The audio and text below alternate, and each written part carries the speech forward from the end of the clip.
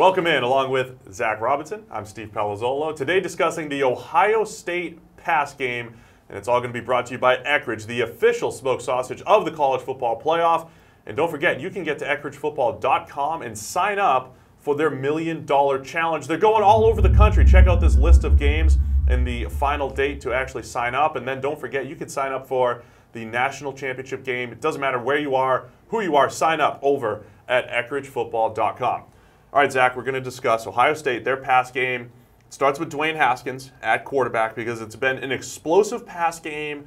But one of the things we like to say here at PFF is passing stats and numbers, especially passer rating and yards per attempt. A lot of those are just a good definition of what the passing game is doing as a whole, even though the quarterback gets the stats. So I hate to tell you, former quarterback, that, hey, Dwayne Haskins is playing great, but his numbers are inflated because of his playmakers. Is that what we're seeing on tape? Yeah, I think so. And you look at just how this offense is built. It's a quick passing strike, get the hands in the ball of these playmakers and let them make plays. But you look at just where the yards have come, and Haskins leads the nation in throws under 10 yards. In terms of overall yards, he has 1,300 of his 1,919 yards on throws under 10 yards behind the line of scrimmage. He's got the third most yards on screens. So while the stats look great, it is a lot of him just getting the ball out and his playmakers making explosive plays after that. Now, overall, we don't want to take too much away from Haskins because he has certainly caught our eye this year to the point where we put him as a first-round potential player on our draft board. Still have to see more because are we jumping the gun? We have to see with the Penn State game wasn't great in how he handled pressure and everything. But as far as the tools that he has to sit in the pocket and make some throws, have you been impressed at least with that part before we get back to some of those stats that we've been talking about? Absolutely. I think the biggest thing that you see is the decisiveness. He looks like he knows where to go with the ball pre-snap. He's getting the ball out on time. And the overall accuracy, he's one of the most accurate quarterbacks in terms of just pure ball location this season. I think he has the 6th most accurate throws by our charting. So he's very good at this quick passing strike. And the Penn State game, under pressure, he's been in a clean pocket a lot of this season. So that was a little bit concerning, but you have to love just the decisiveness and accuracy he plays with. And it shows in our turnover-worthy play numbers. He only has 2 all season, one of the best in the nation. 4 interceptions, so that means a couple of those interceptions were actually unlucky. He has done a great job of taking care of the football. Going back to that Penn State game, though, I've seen people give him some credit. He ends up with 3 touchdowns, has a ton of yards.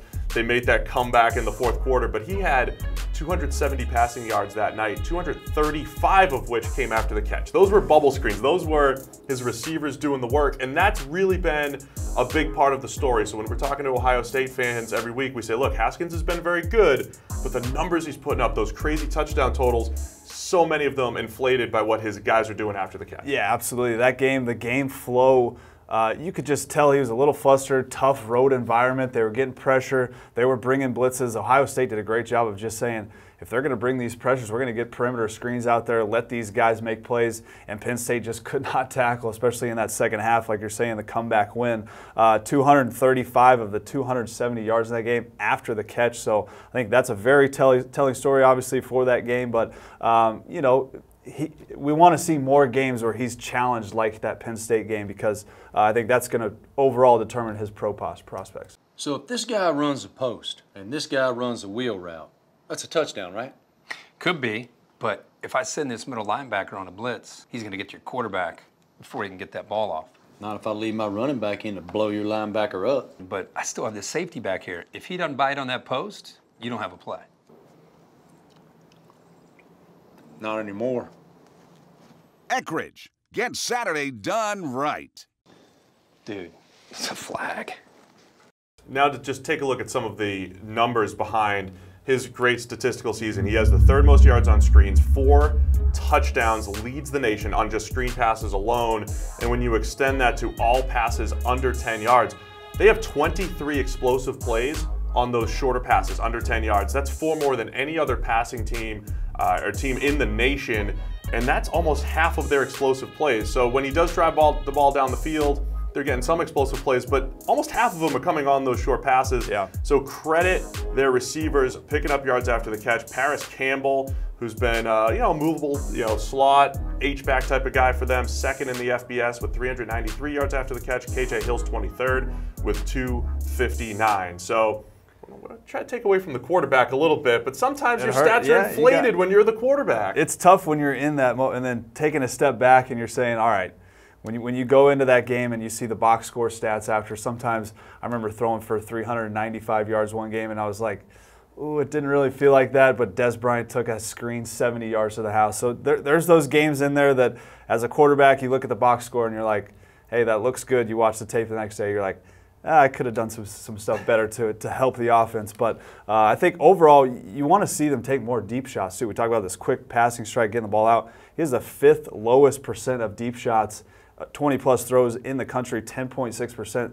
And he's been pretty efficient when they have it. So it's like if they can just get this going a little bit more, take some more deep shots, and put a little bit more responsibility on him to take shots down the field. And when we've seen him throw the ball, like that first couple weeks when we watched him throw, we said, boom, the seams that he throws were very, very good. And he showed the touch on the deep ball in the spring game and a little bit last year when he played against Michigan. So definitely looks like he has those throws in the bag. Yeah, no doubt. You saw post routes. It seems like a lot of his big-time throws this year have been on the left side of the field for whatever reason. He had a couple corner routes, a go route last week, and then the posts on the left side too. So he does have that ability. Now it's just kind of like, hey, let's open it up and see what they can do.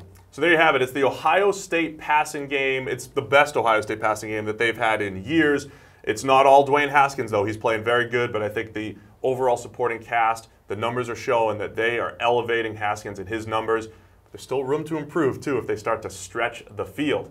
That'll do it for us. It's all been brought to you by Eckridge, the official smoked sausage of the College Football Playoff. And again, check out this list of games. You guys can be a part of the $1 Million Challenge. Get to EckridgeFootball.com. Check out those individual games. And, of course, anybody is eligible to sign up for the national championship, except you and me, Zach. We are ineligible for this because you're a former thrower of objects, a former NFL quarterback. I'm a former professional baseball player. So we're out. So we are in the rules, not allowed to do this. But most of you watching, all eligible to sign up for the $1 Million Challenge. Do it right now, EckridgeFootball.com.